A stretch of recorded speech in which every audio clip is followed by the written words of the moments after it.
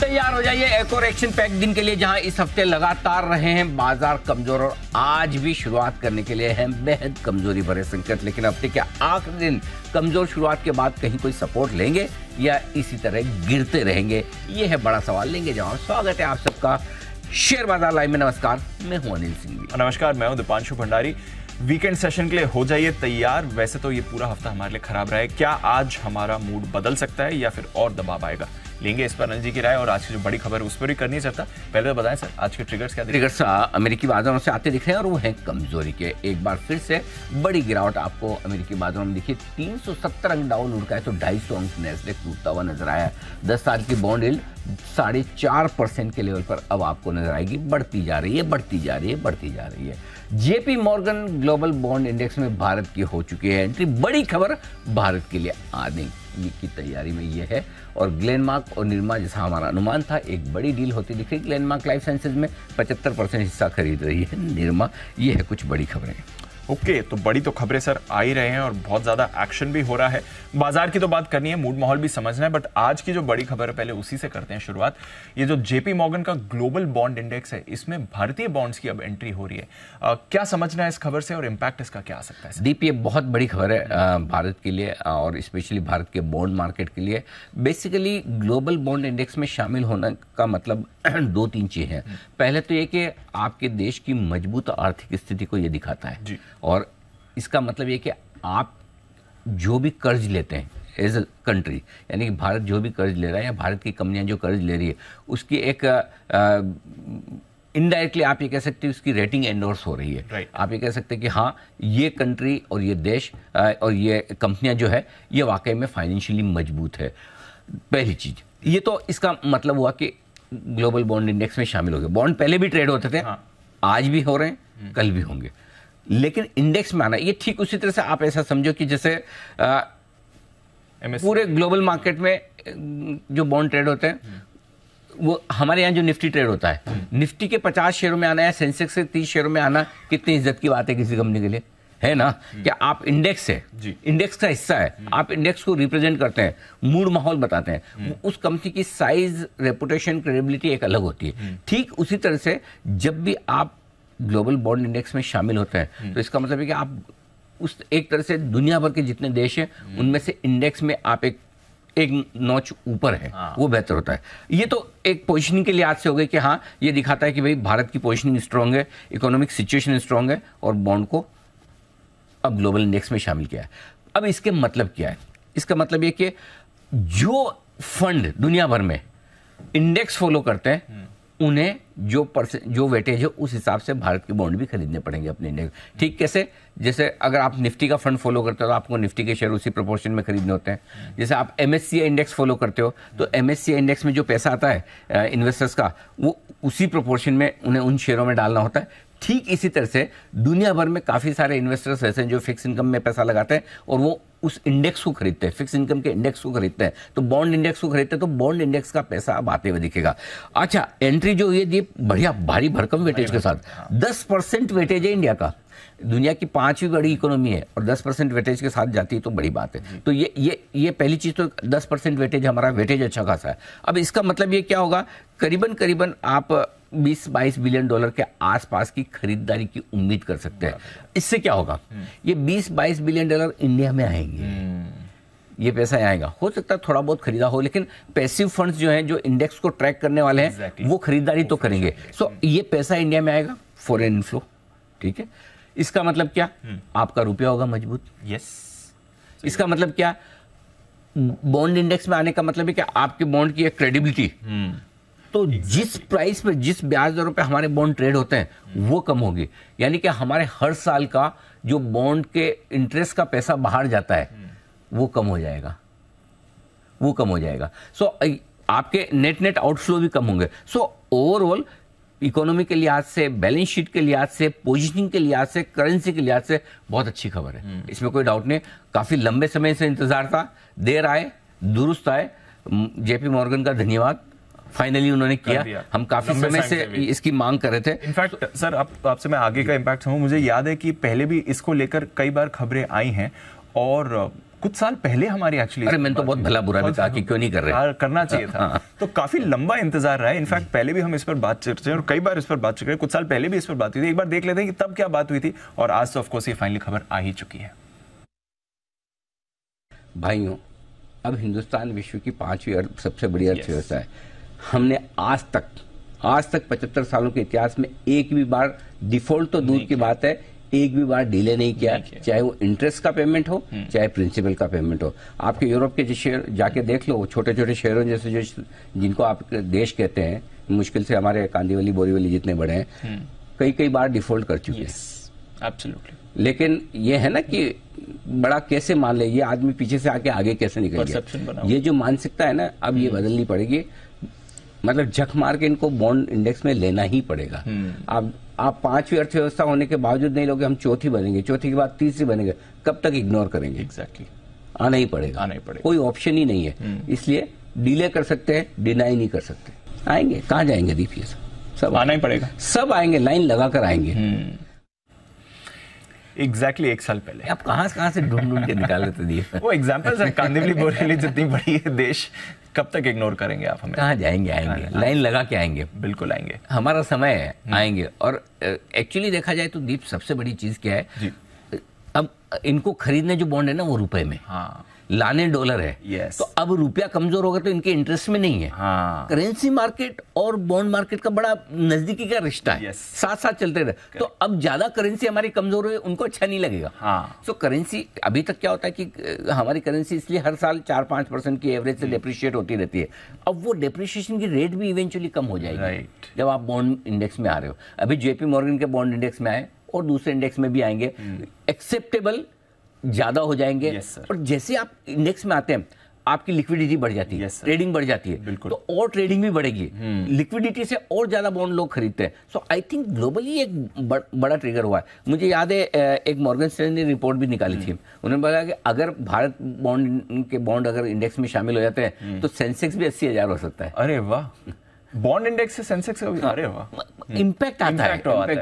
ये इस पे आपकी अलग अलग राय। दीप, मैं सीरियसली बोल रहा हूँ, ये ना, ये 3 दिन जो खराब गए ना इस हफ्ते के, और आज जो अमेरिका का, अगर ये वाला नहीं होता और जो नॉर्मल 1-2 हफ्ते पहले हमारा मार्केट चल रहा था ना, वैसे टाइम पे ये खबर आती है ना, तो निफ्टी कम से कम 200 ऊपर खुलता। इस समय ये बहुत बड़ी खबर है, छोटी नहीं है। हम शो की शुरुआत इसी वजह से कर रहे हैं, बहुत बहुत बड़ी खबर है। और इसकी इंपॉर्टेंस इसलिए मैं 1 साल पहले से आपको बता रहा हूं कि क्यों आना चाहिए, क्यों आएगा। सो आई थिंक ये बहुत बड़ा आपके लिए एक ट्रिगर है जो JP मॉर्गन की तरफ से आता हुआ दिखा है। अब मार्केट आज रिएक्शन दे, कल दे, हफ्ते भर बाद दे, महीने भर बाद दे ना दे, कोई फर्क नहीं पड़ता। लेकिन बॉन्ड मार्केट के लिए बहुत बहुत बड़ी खबर है, बहुत बड़ी, और हिंदुस्तान के लिए भी। चलिए, तो बढ़िया है, अच्छी खबर से हम दिन की शुरुआत कर रहे हैं। और बॉन्ड मार्केट के बड़ी खबर है, देखते हैं इसका इक्विटीज पर भी क्या इंपैक्ट आ जाएगा, करेंसी मार्केट पर भी आपको रखनी है नजर।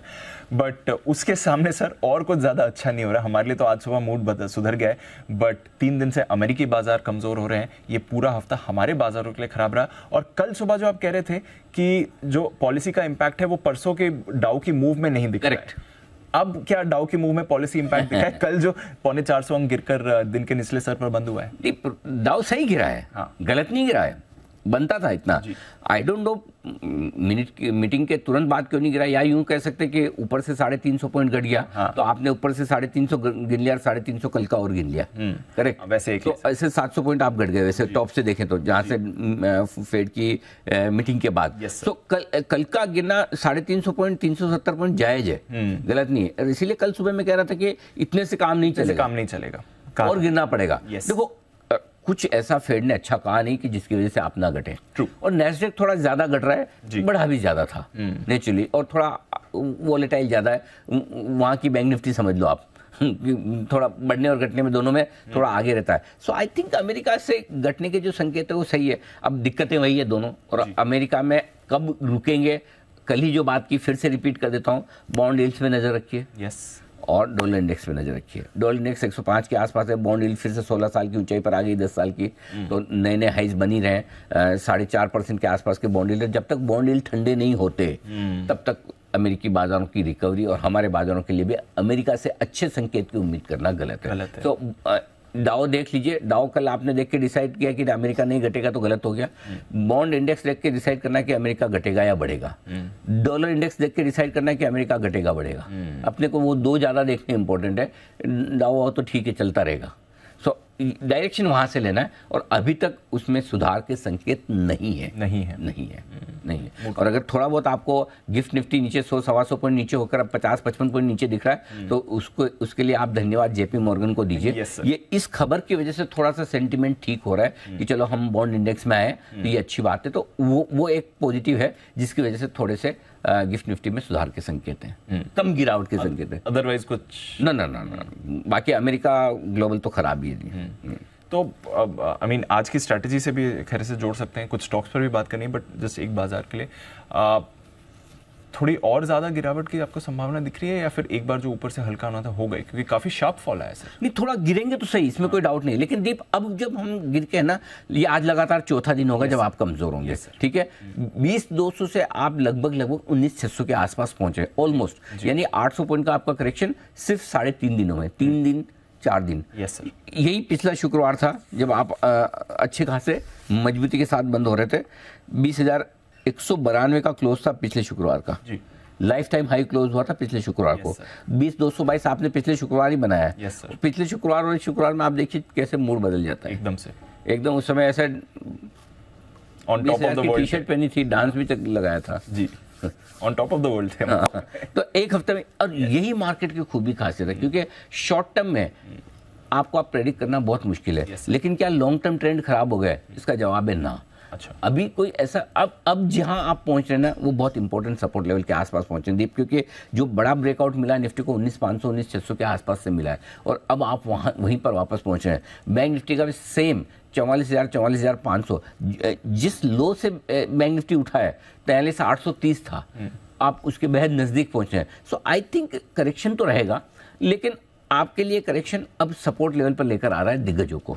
एक रिकवरी बनेगी, फिर शायद वापस आपका बिकवाली आए, लेकिन आज के लो से एक रिकवरी पक्का बनेगी, क्योंकि आप लगातार चौथे दिन कमजोर हो रहे हैं। दीप अगर आज नेचुरली अगर 125-150 नीचे होता, तब तो मैं आपको पक्के तौर पे कहता कि जहां आप खुलेंगे वहां से डाउन साइड रिस्क थोड़ी सी कम रहेगी। फर्स्ट हाफ में अगर थोड़ा और गिरना है मार्जिन कॉल्स वगैरह की वजह से, तो गिर जाएंगे और वहां से रिकवर हो जाएंगे। अच्छी बात क्या है, आज आपके पास निफ्टी और बैंक निफ्टी दोनों की वीकली एक्सपायरी निपट चुकी है, तो थोड़ी सी पोजीशन कंपेरेटिवली कम है। मंथली एक्सपायरी वाली पोजीशन है, लेकिन मंथली एक्सपायरी वाली पोजीशन कौन बनाता है? फंड्स, एफआईज, जो बड़े ट्रेड लेते हैं हेजिंग के लिहाज से, या चाहे वो महीने का। वीकली एक्सपायरी में कल 5-5 करोड़ 4-4 करोड़ का शेयर कैसे हो जाता है? ये पंटर्स हैं। करेक्ट, ये रोज का ट्रेड करना है, जिनको रोज की एक्सपायरी चाहिए, तो वो वाले कल खाली हो गए। हाँ, करेक्ट सर, कल वो वाले खाली हो गए, परसों आपके बैंक निफ्टी वाले खाली हो गए। सो अभी उस हिसाब से मंथली सीरीज छोड़ दीजिए, बट हल्की पोजीशन के साथ आज आप उतर रहे हैं। सो मेरा ये समझना, आज जहां आप खुलेंगे, अगर वहां से खुल के थोड़े और घट जाएं, बहुत बढ़िया, घट जाए, अच्छे लेवल पे आ जाए, वहां हल्की फुल्की खरीदारी, हल्की फुल्की शॉर्ट कवरिंग का एक सहारा मिलेगा। एक उछाल आपको आज नीचे से मिलना चाहिए, ऐसा मेरा समझना है। तो खराब तो है इसमें। अब आज के इसमें की क्या है? शुरुआत गिरने की कहां से हुई है? लार्ज कैप से। रिकवरी पहले कहां आएगी? लार्ज कैप से। हो सकता है mid cap small cap recovery देने की कोशिश करें, लेकिन मिड कैप स्मॉल कैप बहुत नाजुक जगह पे है। अगर मजबूती दिखानी है तो यही लेवल है, और अगर लार्ज कैप्स मजबूत होने लगे और मिड कैप्स ना हो, तो आज का सेशन क्लोजिंग के लिहाज से बहुत इंपॉर्टेंट होगा। ये देखना है आज आप कहां बंद होते, क्योंकि आज वीकली क्लोजिंग भी आपकी, तो वीकली क्लोजिंग के लिहाज से आज आप देखिए कैसे क्या रहता है। बिल्कुल सर, आपसे स्ट्रैटेजी की भी बात करेंगे, बट उससे पहले जो एक और बड़ी खबर है, काफी समय से चल रही थी, हमने भी चर्चा करी थी, but finally Glenmark life sciences में 75% हिस्सा बेच रहा है ग्लेनमार्क। इस खबर को कैसे देखना है? निरमा सामने खरीद रहा है, इंपैक्ट इसका कैसे समझना है? जी देखिए, इस खबर को आपको दो तरीके से देखना है, रादर 3 तरीके। पहले तो निरमा के एंगल से देखें तो निरमा ऐसा लग रहा है कि फार्मा स्पेस में स्ट्रांगली अपने घुसने की तैयारी में है। घुसने की तैयारी में क्या, घुस ही चुका है। बीच में उन्होंने अपने कॉन्ट्रैक्ट रिसर्च मैन्युफैक्चरिंग कंपनी उन्होंने स्टार्टअप खरीदा था। अब इन्होंने ग्लेनमार्क लाइफ साइंस, अच्छा बिजनेस है ग्लेनमार्क का।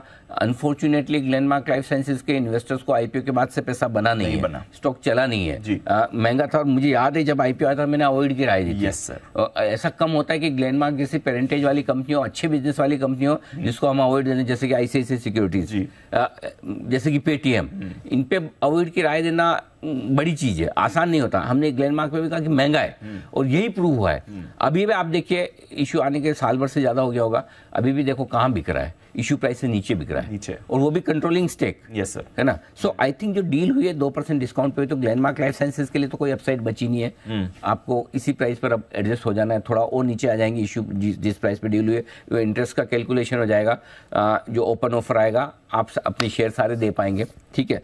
अब फायदा जिसको है वो ग्लेनमार्क फार्मा को है। ग्लेनमार्क फार्मा के पास 75% हिस्सेदारी थी, और जो पैसा आएगा वो ग्लेनमार्क फार्मा को आएगा, और ये करीबन 5,650 करोड़ की डील है। मेरे ख्याल से टैक्स वैक्स निकालने के बाद 4,800 5,000 करोड़ मिलेंगे, 5,000 करोड़ आ रहा है, और 4500 करोड़ उनको डेट चुका देंगे, 400-500 करोड़ बचेगा जो उन्होंने बोला कि हम 2 साल तक रखेंगे।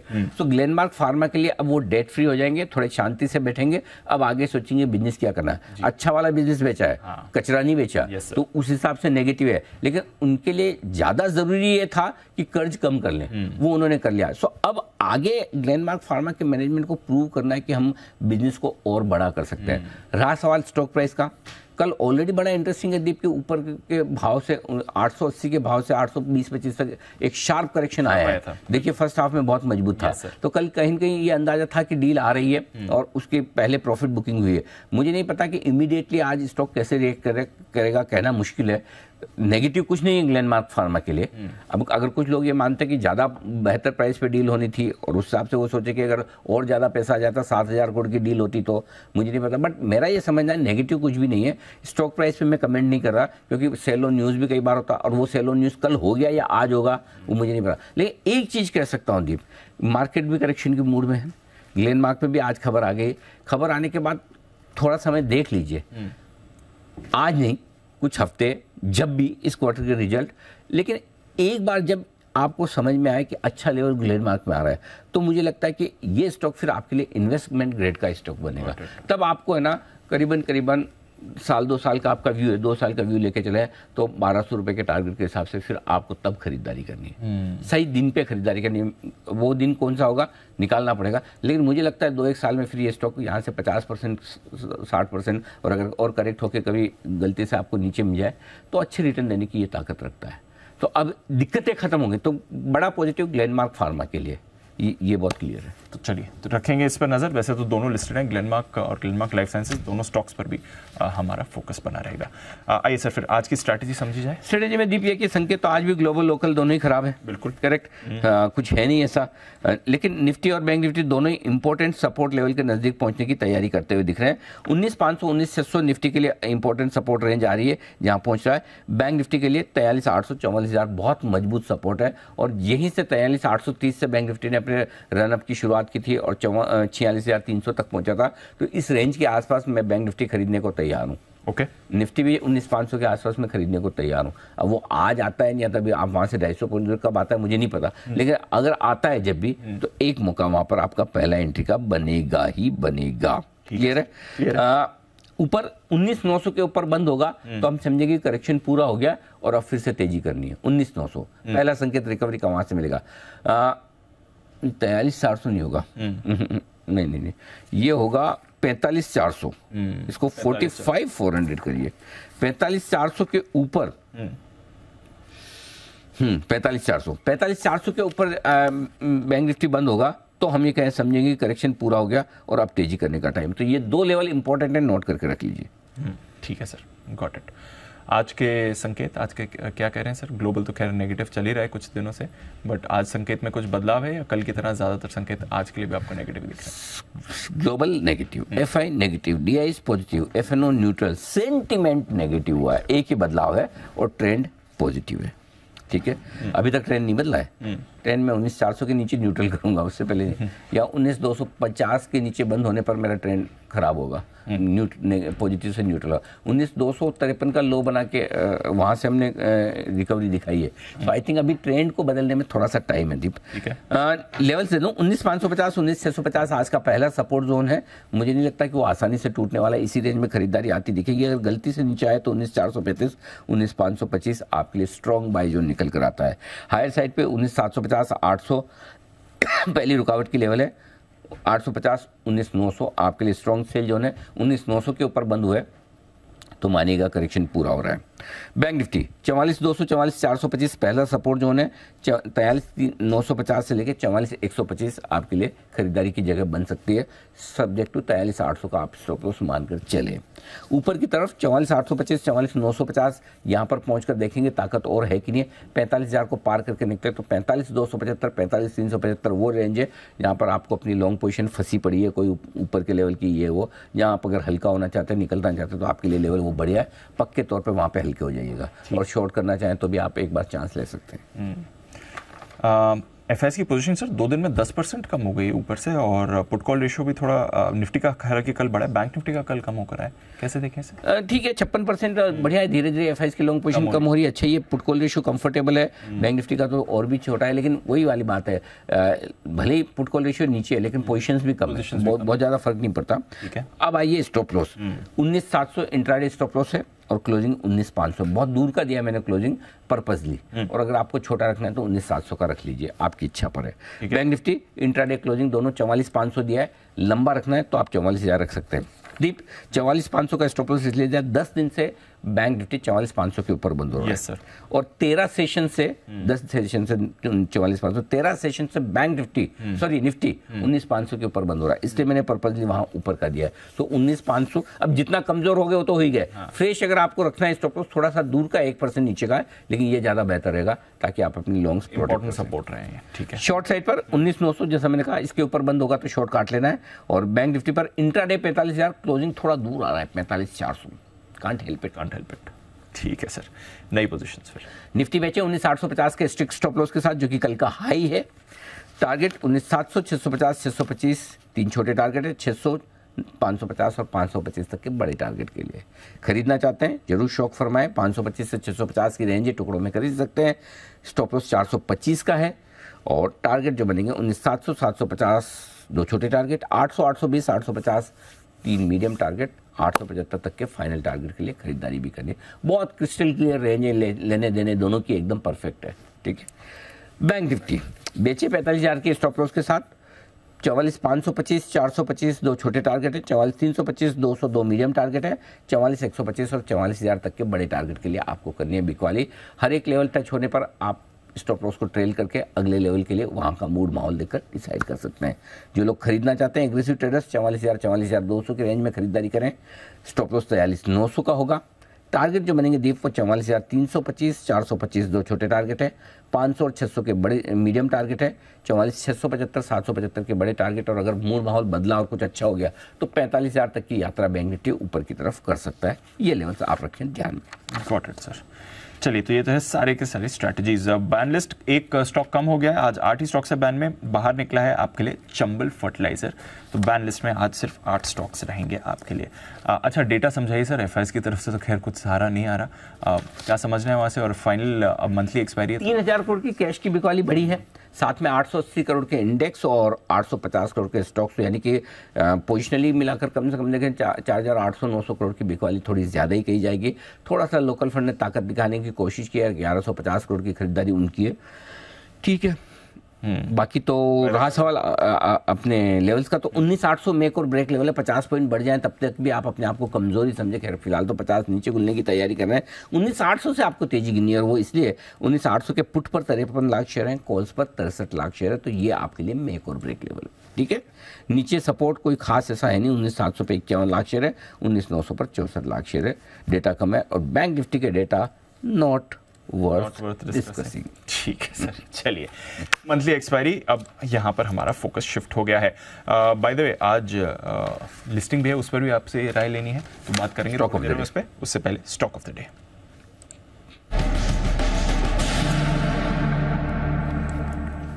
Yes sir. पीएनबी गिल्ड्स, ये है वो स्टॉक जहां पर आपके लिए खरीदारी करने की राय, और ये स्टॉक आज कमाल करते हुए दिख सकता है कि वो डेट मार्केट का प्राइमरी डीलर है, और जो जेपी मॉर्गन के बॉन्ड इंडेक्स में इंडिया के बॉन्ड्स को सम्मिलित करने की जो खबर आई है, जाहिर सी बात है कि बॉन्ड मार्केट ज़्यादा डीप होगा, लिक्विड होगा, वॉल्यूम्स ज़्यादा होंगे, और इस तरह के प्राइमरी डीलर्स को फायदा होगा। तो मुझे लगता है कि एक सेंटीमेंट के लिहाज से बड़ी खबर है।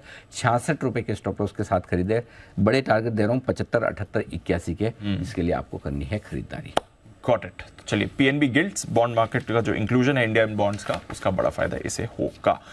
आइए फिर थोड़ी देर में आईपीओ मार्केट की बात करेंगे, उससे पहले हमारी टीम से जान लेते हैं आज की खबरें, ट्रिगर्स और सारी ब्रोकरेज रिपोर्ट्स भी। अरमान, नुपुर और साथ ही आशीष हमारे साथ तैयार हैं। अरमान, मॉर्निंग, बताएं ट्रिगर्स और खबरें आज की।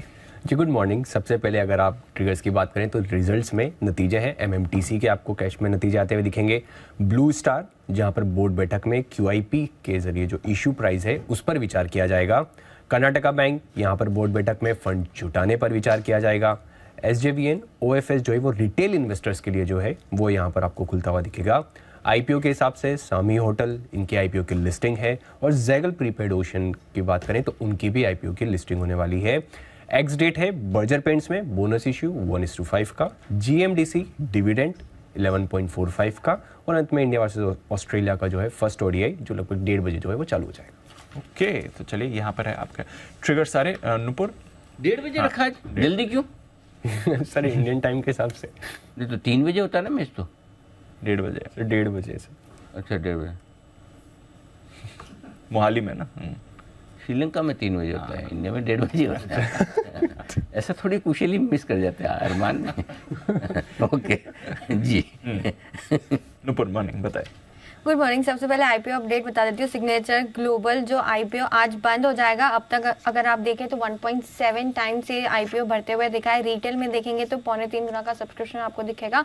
क्यूआईबी में जो है वो करीबन 0.66 टाइम्स बढ़ते हुए नजर आए। साइंस सेल का आईपीओ भी आज बंद होने वाला है और अब तक देखें तो सिर्फ 34% ये आईपीओ बढ़ते हुए नजर आया है।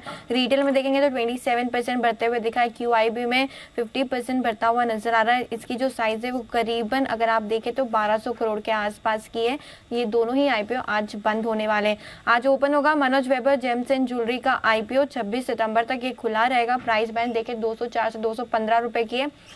साइज अगर आप देखें इसकी टोटल साइज 270 करोड़ के आसपास की, जिसमें से फ्रेश इशू 210 करोड़ का है और एंकर बुक के जरिए कंपनी ने करीबन 81 करोड़ रुपए जुटाए हैं, जिसमें आपको क्वांटम स्टेट इन्वेस्टमेंट, टानो इन्वेस्टमेंट फंड जैसे कुछ नाम नजर आएंगे। ओएफएस अपडेट बता देती हूँ, जैसे कि बता ही रहते हैं रिटेल के लिए आज ओपन होगा। नॉन रिटेल में अब तक 140% बढ़ता हुआ दिखा है, इसलिए कंपनी ओवर सब्सक्रिप्शन ऑप्शन का भी आप इस्तेमाल करेंगे और टोटल जो साइज होगी वो करीबन 5% के आसपास की होगी। आईसीआईसीआई लोम्बार्ड पे आज फोकस रहने वाला है क्योंकि भार्गव दास गुप्ता साहब जो एमडी एंड सीईओ है वो अब इस्तीफा दे चुके हैं, तो ये स्टॉक आज फोकस में रहेगा। विप्रो की तरफ से भी एक रेजिग्नेशन आते हुए दिखा है। कंपनी के जो सीएफओ साहब है उन्होंने इस्तीफा दिया है। 30 नवंबर को उनका जो कार्यकाल है उससे वो मुक्त हो जाएंगे, तो ये स्टॉक भी आज फोकस में रहने वाला है। ओके, तो ये है आपके लिए कुछ इंपॉर्टेंट खबरें भी। अरमान, कुछ और खबरें भी आपके पास? जी, रेल विकास निगम, यहाँ पर आपको ध्यान रखना है क्योंकि लगभग 1272 करोड़ के हाईवे प्रोजेक्ट के लिए उन्होंने जेवी का गठन किया है, जिसमें आप देखें ट्रैक्स और टावर्स इंफ्राटेक के साथ ये मिलकर जेवी करने वाले हैं। और उसके में अगर आप देखें कंपनी की हिस्सेदारी जो है वो लगभग 49% के आसपास की है। और झारखंड में जो हाइब्रिड एन्युटी मॉडल्स होता है, हैम मॉड है, उसमें लगभग 38 किलोमीटर के आसपास 6 लेन का ग्रीनफील्ड हाईवे जो प्रोजेक्ट है उसके लिए ये निर्माण करते हुए दिखेंगे। एनबीसीसी, यहाँ पर सेल भिलाई स्टील प्लांट से लगभग 100 करोड़ का इनको ऑर्डर मिलता हुआ दिखा है। ये टाउनशिप माइंस में डेवलपमेंट वर्क के लिए इनको ऑर्डर मिलता हुआ दिखा है। आइडिया फोर्स टेक्नोलॉजी, यहाँ पर लगभग 58 करोड़ का इनको 40 सर्विलेंस कॉप्टर्स का इनको ऑर्डर मिलता हुआ दिखा है। इंडिया सीमेंट्स, अल्ट्राटेक सीमेंट, यहाँ पर आपको ध्यान रखना है क्योंकि अल्ट्राटेक सीमेंट को ये लगभग 73.8 एकड़ जमीन जो है वो बेचेंगे और लगभग 70 करोड़ में ये जो जमीन है वो बेची जाएगी। आईसीआईसीआई सिक्योरिटीज, यहाँ पर बुक्स और रिकॉर्ड की जांच पर सेबी से इनको एडमिनिस्ट्रेटिव वार्निंग जो है वो जारी होती हुई दिखी है। मर्चेंट बैंकिंग एक्टिविटी से जुड़े बुक्स और रिकॉर्ड की जांच से रिलेटेड जो है इनको वार्निंग जारी होती हुई दिखी है। और अंत में प्रमोटर्स और फंड एक्शंस की बात करें तो एचओईसी, यहाँ पर एचडीएफसी बैंक ने एचओईसी में लगभग 2.2% के आसपास हिस्सेदारी बेची है। उनकी अब अगर आप देखें शेयर होल्डिंग कम होकर अगर आप देखें तो लगभग 4.34% जो है हो गई है। ओके, ये है आपके लिए और खबरें। नुपुर, फाइनल सेट ऑफ खबरें बताइए। बिल्कुल, फंड एक्शन में बता देती हूँ। बजाज हेल्थकेयर, जहाँ पे प्रमोटर ने करीबन 56,000 शेयर्स खरीदे, 0.2% हिस्सेदारी बढ़ाई है। अब उनकी जो हिस्सेदारी है वो 35.18% के आसपास हो गई। ओपन मार्केट के थ्रू ये ट्रांजैक्शन किया गया था। सोम डिस्टिलरीज, यहाँ पर भी प्रमोटर की तरफ से 10,000 शेयर्स खरीदे गए, इनकी भी हिस्सेदारी बढ़ती हुई दिखी और 20 सितंबर को ओपन मार्केट के जरिए ही इन्होंने ये ट्रांजैक्शन किया है। बल्क डील में कल हमने देखा था इलेक्ट्रॉनिक मार्ट इंडिया के में एक बल्क डील होती हुई दिखी थी थी 138 करोड़ की, जहां पे प्रमोटर ने करीबन 2.5% हिस्सेदारी घटाई है और जो बायर है वो Motilal Oswal mutual fund house है, जिन्होंने 2% हिस्सेदारी खरीदी थी और जो भाव निकल के आया था वो 143 रुपीज पर शेयर का था। तो आज ये सारे स्टॉक्स फोकस में रहने वाले हैं। ओके, आज ढेरों खबरें हैं और स्टॉक्स का भी एक्शन आने वाला है। आइए आशीष से भी जाने आज की ब्रोकरेज रिपोर्ट्स FIR।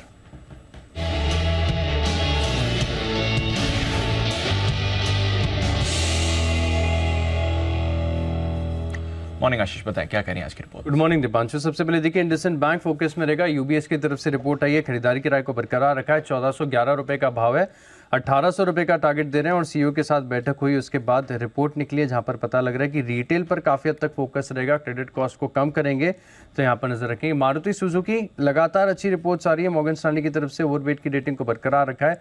10,284 रुपए का भाव चल रहा है, 11,963 रुपए का टारगेट दे रहे। मान रहे कि स्ट्रॉन्ग रिबाउंड टर्न अराउंड यहाँ पर देखने को मिला है। जिस प्रकार से एसयूवी मार्केट में लगातार मार्केट शेयर गेन करते जा रहे हैं, इसके चलते इन्होंने ईपीएस और एबिटा के एस्टिमेट्स में बदलाव किए हैं। सिटी भी खरीदारी की राय दे रहे हैं और इनसे सहमत नजर आ रहे हैं। इनफैक्ट इनसे ज्यादा ही बुलिश हैं क्योंकि टारगेट इनका 13,200 से बढ़कर 13,600 का आ रहा है। और मान रहे कि कार सेल्स थोड़ी सी सुस्त है, लेकिन इसके बाद भी मारुति का प्रदर्शन काफी बढ़िया है। एचडीएफसी लाइफ, गोल्डमैन सैक्स खरीदारी की राय को बरकरार रखे हैं। लक्ष्य 740 से बढ़ाकर 770 रुपए का किया, 644 का भाव चल रहा है। एचडीएफसी बैंक लगातार 2 दिन करेक्शन होने के बाद गोल्डमैन सैक्स की तरफ से एक अच्छी रिपोर्ट आई है जहां पर खरीदारी की राय को बरकरार रखा है। हालांकि अगर आप देखें तो टारगेट प्राइस थोड़ा सा कट किया ना, 2051 से घटाकर 2042 कर दिया, लेकिन अभी भी करंट मार्केट प्राइस से काफी ऊंचा है। 1553 रुपए का भाव चल रहा है और मान रहे कि स्टॉक अभी बड़े इन्फ्लेक्शन पॉइंट पर है। अपनी कन्विक्शन लिस्ट में ऐड किया और मान रहे कि इन ट्रेंड जिस प्रकार से इंप्रूव हो रहे हैं आरओएस को लेकर, लोन ग्रोथ को लेकर, इससे फायदा देखने को मिलेगा। United Spirits, Macquarie underperform की रेटिंग को बरकरार रखे हैं, लेकिन लक्ष्य जो इन्होंने 735 से बढ़ाकर 760 कर दिया है। 1019 का भाव चल रहा है। कमेंट्री अगर आप देखें तो पॉजिटिव है। ये मान रहे कि कुछ चैनल चेक्स किए जिसके चलते मान रहे कि टेलविंड्स ऐसी हैं बिक्री के लिहाज से, जो इनका प्रीमियम स्कॉच पोर्टफोलियो है वहां पर प्रदर्शन बढ़िया देखने को मिल रहा है। अंत में विप्रो, मॉर्गन स्टैनली अंडरवेट की रेटिंग को बरकरार रखे हैं, 430 का भाव, 352 का टारगेट। ओके, ये है आपके लिए आज की सारी इंपॉर्टेंट रिपोर्ट्स भी। आइए हमारे मेहमान भी हैं, तैयार करते हैं सबका स्वागत। Big pick of the day.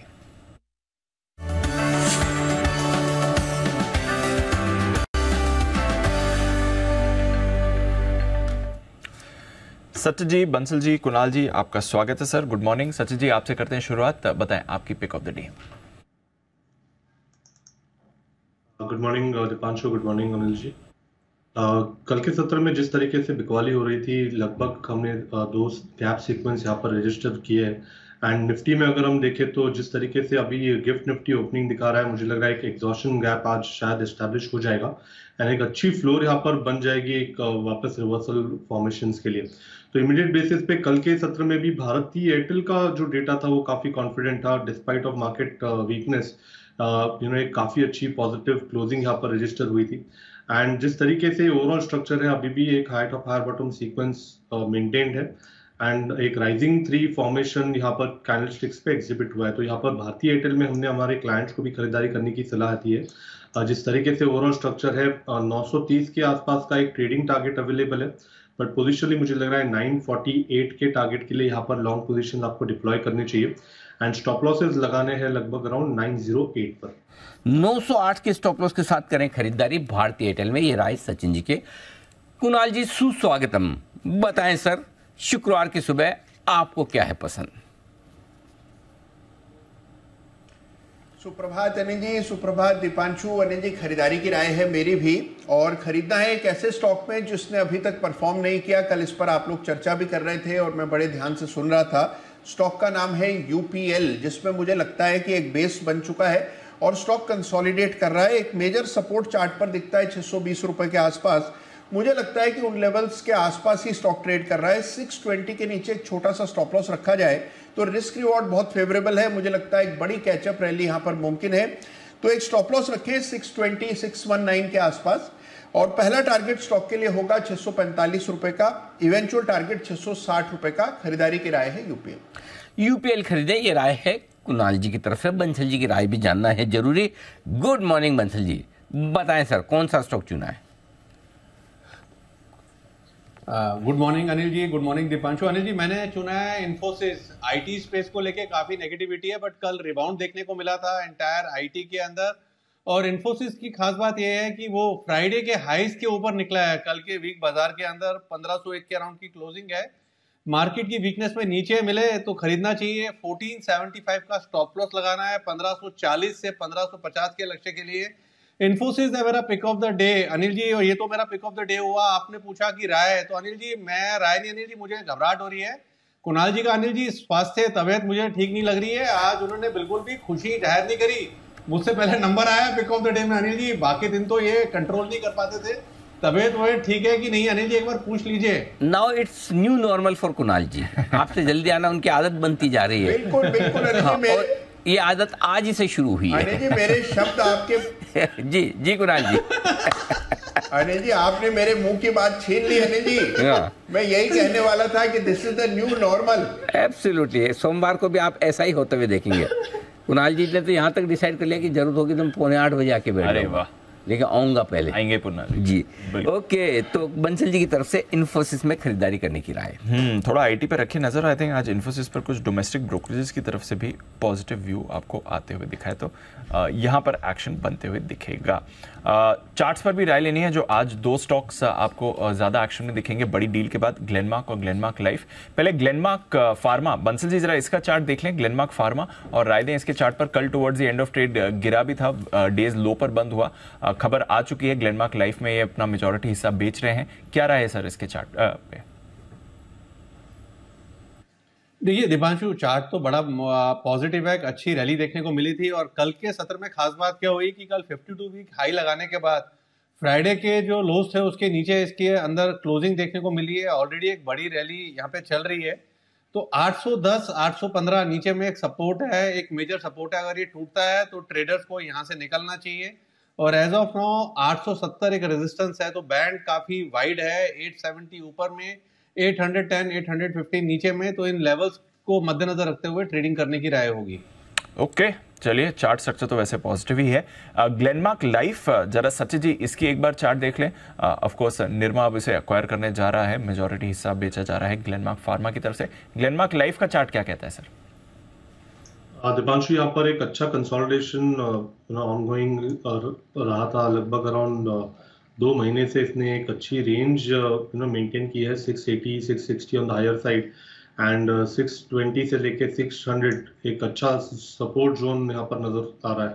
Immediate basis में मुझे लग रहा है ये कंसोलिडेशन थोड़ा सा और एक्सटेंड होगा, बट इवेंचुअली जिस तरीके से ट्रेंड स्ट्रक्चर है, जल्दी इस पर्टिकुलर स्टॉक में भी एक ब्रेकआउट एग्जिबिट होना चाहिए। एंड लगभग पोजिशनली 725 के आसपास के स्विंग भी बन सकते हैं। तो यहाँ पर अगर डिक्लाइंस होते हैं, थोड़ा सा टाइम और स्पेंड करता है, तो ओवरऑल ट्रेंड के लिए काफी हेल्दी होगा। तो स्टॉक में अक्यूमुलेट करने की सलाह होगी। 600 तक आप अक्यूमुलेट करो, एंड नीचे मुझे लग रहा है लगभग अराउंड 585 के वीकली बेसिस के स्टॉप लॉस के साथ इसे अपने पोर्टफोलियो में भी उतारा जा सकता है। ओके, तो ये है आपके लिए राय ग्लेनमार्क लाइफ पर। आइए बढ़ते आगे और मुलाकात की जाए राजेश पालिया साहब से। पालिया साहब, सुप्रभात, स्वागत है आपका। बताएं सर, आज कौन सा शेयर आपने चुना है? Good morning Anil ji, good morning everyone. So short side का ट्रेड है सीमेंस पे। हमें लगता है कि वीकनेस यहाँ पे और एक्सटेंड होते हुए दिख सकती है। सेकंड कंसेक्यूटिव वीक है जहाँ पे लोअर हाई लो फॉर्मेशन यहाँ पे बनते हुए दिख रहे हैं। स्टॉक कल के सेशन में देखें तो 50 डे मूविंग एवरेज के नीचे फिसलते हुए दिखा है। सीमेंस पे शॉर्ट करने की सलाह है। फ्यूचर्स में स्टॉप लॉस जो रखने होंगे वो करीब होंगे 3790 के आसपास के, और लोअर साइड के टारगेट हमें लगता है 3720 3710 तक आते हुए दिख सकते हैं। ओके, शॉर्ट कॉल से कर रहे हैं पालविया साहब शुरुआत। सीमेंस यहाँ पर आप पिक वाली करके चलिए। फ्यूचर्स कल आपका 3752 के लेवल पर क्लोज होते हुए दिखा है। कुछ और काउंटर्स जहाँ पर आपको मूव आज बनती हुई दिख सकती है। फोकस में हमारे रहने वाला है आज आईसीआईसीआई लोम्बार्ड भी। इनके जो एमडी एंड सीईओ हैं भार्गव दास गुप्ता साहब, इन्होंने इस्तीफा दे दिया है। रीज़न है कि आउटसाइड ऑफ कंपनी, वो outside of the country in fact career opportunity pursue करना चाह रहे हैं। निजी कारणों की वजह से दिया है। 14 वर्ष तक कंपनी में भी थे। कुणाल जी एक बार चार्ट देख लें। वैसे थोड़ा नेगेटिव खबर है एमडी एंड सीईओ, हालांकि पर्सनल रीजन से उन्होंने इस्तीफा दिया है। कल 1.5% नीचे भी बंद हुआ था। क्या रहा है सर? देखिए, थोड़ा स्लो मूविंग स्टॉक है, काफी अरसे से बाजार को अंडर परफॉर्म कर रहा है दीपांशु, लेकिन एक बड़ा सपोर्ट मुझे नजर आता है 1315 के आसपास। तो मुझे लगता है कि हो सकता है इस खबर के बाद आपको कुछ ये स्टॉक नीचे आता हुआ दिखे, लेकिन अब 1315 के नीचे जाने की संभावना कम है, वहां बड़ा मजबूत सपोर्ट है। नीचे के लेवल्स पर मेरी राय यहां पर एक्यूमुलेट करने की है। मुझे लगता है कि मध्यम से लंबी अवधि के लिए रखा जाए तो ये स्टॉक आपको अच्छे रिटर्न्स देगा। गिरावट में मेरी खरीदारी की राय है, तो नीचे आता है तो मध्यम से लंबी अवधि के दृष्टिकोण से बाय करने की राय है। ओके, तो नीचे के लेवल्स पर अगर आए तो आप खरीदारी इसमें करके चल सकते हैं। विप्रो, पालविया साहब एक बार इस चार्ट पर आपकी राय चाहूंगा। आज मॉर्गन स्टैनली की तरफ से अंडरवेट रेटिंग है, 352 का टारगेट है, तो यहाँ से सिग्निफिकेंटली लोअर है। इनके सीएफओ साहब जतिन दलाल साहब ने भी यहाँ पर इस्तीफा दिया है, कंपनी के बाहर ये अपनी अपॉर्चुनिटीज ढूंढेंगे। नए सीएफओ ने आज से कार्यकाल भी इनफैक्ट संभाल लिया है। बट विप्रो पर एक बार चार्ट चेक सर। तो दीपांशु जी देखिए, स्टॉक में पिछले कुछ वीक में हमने देखा कि एक अच्छी अप ट्रेंड यहाँ पे बनते हुए दिखा था। अब स्टॉक में एक करेक्शन करंट वीक में आते हुए दिखा है। 418 इसके लिए काफी क्रिटिकल लेवल है डाउन साइड पे। हमें लगता है अगर वो लेवल ये तोड़ता है तो फर्दर और सेलिंग प्रेशर बनते हुए दिख सकता है। तो हमें लगता है कि अगर कोई डिक्लाइन मिलता है तो 418 के आसपास इसको एक बार रिव्यू करना चाहिए। वो लेवल काफी इंपॉर्टेंट सपोर्ट एरिया है डाउन साइड में। अगर वो लेवल फिर और फर्दर टूटते हैं तो वहां से नेक्स्ट टारगेट इसका 405 की तरफ भी आते हुए दिख सकता है। ऑन द हायर साइड अगर हम देखें तो इसमें 440 एक मेजर सप्लाई जोन बना हुआ है। जब तक ये लेवल 440 के क्रॉस नहीं होते स्टॉक थोड़ा सा एक प्रेशर में रहेगा। 440 के बाद इसमें मोमेंटम हायर साइड पे एक्सटेंड होते हुए दिखेगा। तो हमें लग रहा है कि अभी थोड़ा वेट करना चाहिए। ओपनिंग में इसको वापस एक बार रिव्यू करेंगे। अगर 418 टूटता है तो शॉर्ट का ट्रेड लिया जा सकता है। ओके, ये है आपके लिए विप्रो। देखते हैं अगर आपको लेवल्स मिले तो एक शॉर्ट का भी ट्रेड यहां पर किया जा सकता है। आईडीएफसी फर्स्ट बैंक, इस पर भी रखनी है नजर। सचिन जी जरा आईडीएफसी फर्स्ट बैंक का चार्ट देखें। वैसे तो अच्छे मोमेंटम में रहा है। आज खबर आ रही है, न्यूज़पेपर्स रिपोर्ट कर रहे हैं कि क्यूआईपी के जरिए 3000 करोड़ रुपए जुटाने की तैयारी में है।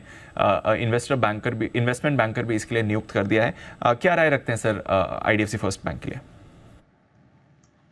दीपांशु, पिछले कुछ हफ्तों से स्टॉक थोड़ा सा एक overbought kind of state exhibit कर रहा है, बट इमीडिएट बेसिस पे जो एक कंसोलिडेशन हुआ है वो थोड़ा सा हेल्दी है। इनफैक्ट कहीं पर भी मेजर ऐसे डिस्टॉर्शन के साइन नहीं है। तो लगभग अगर अगर कुछ पोजिशनिंग लेनी है तो आई थिंक डेफिनेटली वो लॉन्ग साइड पे रखनी चाहिए। And on the lower side 90 के स्टॉप लॉस के साथ यहाँ पर अभी भी लॉन्ग्स कंसिडर किए जा सकते हैं। ट्रेडिंग के लिहाज से मुझे लग रहा है वापस एक स्विंग बन जाना चाहिए लगभग अराउंड 97 से लेकर 100 तक का। तो यहाँ पर खरीदारी करने की सलाह बरकरार है, बट स्टॉप लॉसेस थोड़े से मुझे लग रहा है टाइट रखने पड़ेंगे। एक ओवरबॉट स्टेट ऑलरेडी एग्जिबिट कर रहा है 2 हफ्ते से। ओके, तो ये है आईडीएफसी फर्स्ट बैंक आपके लिए। आइए करते हैं मुलाकात सुमित जी से। गुड मॉर्निंग सुमित जी, बताएं sir pick of the day. Good morning Anil ji. Good morning Anil ji. Pick of the day के तौर पे जो स्टॉक रडार पे आया है वो है टाटा कंज्यूमर। टाटा कंज्यूमर के अंदर मोमेंटम तेजी का बना हुआ है। पिछले 3-4 दिनों में ऊपरी लेवल से थोड़ा सा दबाव देखने को मिला था, लेकिन अब स्टॉक वापस से ऊपर का मूव दिखाने को तैयार है। 870-865 के आसपास लोअर लेवल में टाटा कंज्यूमर में खरीदारी करके चलने का सलाह रहेगा। स्टॉक का जो नीचे में चार्ट्स के ऊपर सपोर्ट दिखाई दे रहा है वो 855 का दिखाई दे रहा है। 855 के स्टॉप लॉस से टाटा कंज्यूमर में खरीदारी करें। ऊपर में जो टारगेट देखने को मिल सकते हैं 895 से 905 रुपए तक के लेवल टाटा कंज्यूमर में ऊपर की तरफ देखने को मिल सकते हैं। तो 855 के स्टॉप लॉस से खरीदारी करें, 895 905 के टारगेट्स के लिए। ओके, ये है आपके लिए टाटा कंज्यूमर जिस पर आपको करनी है खरीदारी। इंटरेस्टिंग स्टॉक सुमित जी की तरफ से भी आ रहा है। एफएमसीजी कल 1-2 काउंटर्स कोशिश कर रहे थे, हालांकि अक्रॉस द बोर्ड को जैसे बड़ी मूव नहीं आई थी इस स्पेस में। सीमेंट स्टॉक्स, यहां पर भी आपके लिए इंटरेस्टिंग खबर आ रही है। नोमुरा की एक रिपोर्ट आई है सीमेंट सेक्टर पर कि जो रिसेंट प्राइस हाइक्स हुए हैं करीब 40 से 60 रुपए प्रति बैग इस महीने में, उसके बाद वॉल्यूम्स में थोड़ा डिप आया है क्योंकि प्राइसेस इतने बढ़ गए। तो फिर एक और प्राइस हाइक कंपनीज सोच रही थी करने के लिए, बट वो शायद अब अक्टूबर में किया जाएगा। तो थोड़ा एक वॉल्यूम्स में डिप आए। इनिशियल प्राइस हाइक तो बाजार ने पचा लिया था, उसके बाद वॉल्यूम्स में डिप आते हुए दिखाए। अल्ट्राटेक सेक्टर लीडर, एक बार इस पर राय भी ली जाए। पालवे साहब जरा देखें अल्ट्राटेक का चार्ट, कोई राय इस पर सर? अंशु जी देखिए, सीमेंट स्टॉक्स में देखें तो करंट वीक में एक सप्लाई बनते हुए दिखा। ये 3rd कंसेक्यूटिव डे है जहां पे अल्ट्राटेक सीमेंट में लोअर हाई लो फॉर्मेशन बने, एक सस्टेन सेलिंग है। ऑलमोस्ट स्टॉक है अपने क्रिटिकल सपोर्ट एरिया जो कि 50 डे मूविंग एवरेज है उसके आसपास ही ट्रेड करते हुए दिख रहा है। हमें लगता है 8300 इसके लिए एक इंपॉर्टेंट चैलेंजिंग लेवल रहेगा आज के लिए। अगर ये इसके नीचे फिसलता है तो इसमें नेक्स्ट लोअर साइड का टारगेट 8200 की तरफ भी आते हुए दिख सकता है। तो अगर 8300 के नीचे अगर ओपन होता है ये स्टॉक तो यहाँ पे शॉर्ट किया जा सकता है। स्टॉप लॉस रखना होगा उस समय 8340 के आसपास। डाउन साइड के टारगेट 8260 इवन 8240 तक आते हुए दिख सकते हैं। ओके, तो ये है आपके लिए अल्ट्राटेक, जहां पर रखनी है आपको नजर। आइए सिद्धार्थ जी भी हमारे साथ जुड़ चुके हैं, उनका भी करते हैं स्वागत। Siddharth ji, good morning sir, बताएं आपकी pick of the day. Good morning Anil ji, good morning Deepanshu, good morning सारे दर्शकों को। अनिल जी, दीपांशु देखिए, आज का जो पिक ऑफ द डे रहेगा वो वोल्टास रहेगा। एयर कंडीशनर में काफी अच्छी पकड़, काफी उम्दा पकड़, और मार्केट शेयर की बात करें तो 19% का मार्केट शेयर है एयर कंडीशनर में। एयर कूलर में 12% का मार्केट शेयर है, 15% हमने वॉल्यूम ग्रोथ दिखा है। तो वोल्टास पे खरीदारी की राय है। पहला टारगेट होगा 900 रुपए का शॉर्ट टर्म, और पोजिशनल टारगेट अगर किसी को रखना हो तो 970 रुपए का वोल्टास पे। हमें लगता है कि अच्छा खासा केपेक्स आने वाला है 18 महीने में, और वॉल्यूम्स भी जबरदस्त दिख सकते हैं आने वाले समय में। तो वोल्टास 900 रुपए का शॉर्ट टर्म टारगेट, 970 का पोजिशनल टारगेट। तो वोल्टास इस पर रखनी है नजर। 900 से 970 के टारगेट्स के लिए ये काउंटर पसंद आ रहा है सिद्धार्थ जी को पिक ऑफ द डे के लिए। टेक महिंद्रा आईटी में फोकस रहने वाला है। ये अपनी कुछ दो कंपनीज का मर्जर करने जा रही हैं। टेक महिंद्रा क्रेडिट सॉल्यूशंस का merger parent Tech Mahindra US के साथ होने जा रहा है, ऐसी खबर आपको आते हुए दिखी है। टेक महिंद्रा कल थोड़ा एक्टिव भी था, बाकी आईटी स्टॉक्स के मुकाबले ये थोड़ा पॉजिटिव भी क्लोज हुआ था। बंसल जी, जरा टेक महिंद्रा का भी चार्ट देखें, इन्फी भी अच्छा है। टेक महिंद्रा में क्या राय बनती है आपकी? स्ट्रक्चर पॉजिटिव है दीपांशु। ये भी फ्राइडे की जो हाइस थे उसके ऊपर क्लोज हुआ है, और एक बुलिश इनगल्फिंग कैंडल देखने को मिल रही है। रिस्क रिवॉर्ड भी फेवरेबल है। सबसे इंपॉर्टेंट चीज, स्टॉप लॉस क्लियरली डिफाइंड है। 1270 के स्टॉप लॉस के साथ टेक महिंद्रा में खरीदारी करनी चाहिए, और जिस तरीके का टेक्निकल स्ट्रक्चर है 1320 1325 के लेवल्स देखने को मिल सकते हैं। ओके, तो टेक महिंद्रा आईटी बेसिकली आज फोकस में रह सकता है। डाइवर्जेंट मूव से कल, बट थोड़े आईटी स्टॉक्स हैं जो आपको यहां पर थोड़ा रेडार पर रखने चाहिए आज के लिए। इंटरग्लोब एविएशन, कल भी ये हमारी चर्चा में था। सचिन जी, जरा इंटरग्लोब एविएशन पर नजर डालिए। ब्रिटिश एयरवेज के साथ इन्होंने करार किया है कोड शेयरिंग के लिए। क्या राय है सर इंटरग्लोब के चार्ट पे? दीपांशु, यहाँ पर एक वीकली चार्ट पे एक हेल्दी करेक्शन मुझे लग रहा है इन प्रोसेस है, इन प्रोग्रेस है। सो इमीडिएट बेसिस पे खरीदारी करने की तो सलाह नहीं होगी। ऑन द कॉन्ट्ररी मुझे लग रहा है थोड़ी सी ये जो धीरे वाली गिरावट है थोड़ी सी और एक्सटेंड होनी चाहिए। एंड 2300 के आसपास मुझे लग रहा है एक अच्छा सपोर्ट है जहां पर स्टॉक रिकंसिडर किया जा सकता है।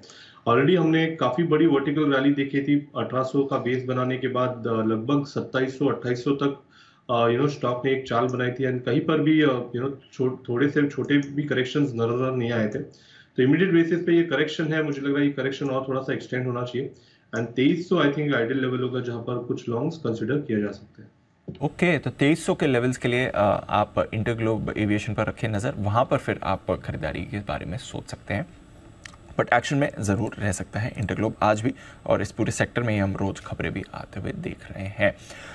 थोड़ा एक्शन आपको कुछ और काउंटर्स में भी आते हुए दिख रहा है। कल के मूव के बाद आरवीएनएल यहाँ पर ऑर्डर विन भी रहा है। 1272 करोड़ के हाईवे प्रोजेक्ट्स के लिए जेवी का इन्होंने गठन किया है, इसके लिए आपको रखनी नज़र, और यहाँ पर करीब 49% हिस्सा इस कंपनी का भी होगा। कुणाल जी, आरवीएनएल जरा देखें, रिसेंटली थोड़ा रेलवे स्टॉक्स में करेक्शन हुआ है। आरवीएनएल भी कल करीब 3% नीचे बंद हुआ है 158 के लेवल पर। आरवीएनएल पर क्या राय है आपकी? देखिए, एक बहुत ही ड्रीम रन हमने इन सभी स्टॉक्स में देखा दीपांशु, और उसके बाद एक बड़ा शार्प करेक्शन हमने आते हुए देखा है। मुझे लगता है कि और थोड़े नीचे के लेवल्स आ सकते हैं, यानी कि जो एक करेक्शन चल पड़ा है ये स्टॉक को और नीचे ला सकता है। 145 146 के आसपास बड़ा सपोर्ट है। ये लेवल पहले एक रेजिस्टेंस हुआ करती थी, अब यहीं पर आपको सपोर्ट आता हुआ दिखेगा। तो मुझे लगता है कि और थोड़ा स्टॉक नीचे आ जाए, कूल ऑफ हो जाए, तब यहां पर खरीदारी का मन बनाना चाहिए। तो मेरी राय में और यहां से 7-8 रुपए की गिरावट हो तो उसके बाद बाय के बारे में सोच सकते हैं। ओके, ये है आपके लिए आरवीएनएल जिस पर रखनी है आपको नजर। आईसीआईसीआई बैंक, कल इसकी थोड़ी भारी पिटाई हुई थी, देखते हैं आज संभलता है कि नहीं। पालवे साहब, आईसीआईसीआई बैंक में आज क्या करना है? कल निफ्टी, बैंक निफ्टी दोनों में इसने प्रेशर लगाया था। तो बिल्कुल सेकंड हाफ में हमने देखा most of the banking stocks एक प्रेशर में थे, और निफ्टी बैंक में भी देखे तो एक प्रेशर था सेकंड हाफ में। तो आईसीआईसीआई बैंक में कल के सेशन में देखे तो एक डिसाइसिव ब्रेकडाउन हुआ है। इसने 50 डे मूविंग एवरेज के नीचे विथ वॉल्यूम एक्शन क्लोज दिया है। ऑलमोस्ट स्टॉक अब अपने 100 डे मूविंग एवरेज के आसपास ही ट्रेड करते हुए दिख रहा है। 955 इसके लिए एक इंपॉर्टेंट लेवल रहेगा आज के लिए। अगर ये इसके नीचे फिसलता है तो हमें लगता है कि फर्दर यहाँ पे सेलिंग प्रेशर एक्सटेंड होते हुए दिख सकता है। तो 955 के नीचे इसका नेक्स्ट टारगेट जो बन सकता है वो 940 935 की तरफ भी आते हुए दिख सकता है। ऑन द हायर साइड 975 एक सप्लाई जोन है नियर टर्म सेटअप के हिसाब से। अगर ये उसके ऊपर क्रॉस होता है तो यहाँ पे हमें लगता है फिर वापस शॉर्ट कवरिंग का मूव बनते हुए दिख सकता है। बट अभी हमें लगता है नियर टर्म सेटअप के हिसाब से थोड़ा प्रेशर रहेगा। 975 980 एक सप्लाई जोन जैसा काम करते हुए दिखेंगे। ओके, तो ये है आईसीआईसीआई बैंक पर आपके लिए राय। आइए बढ़ते आगे।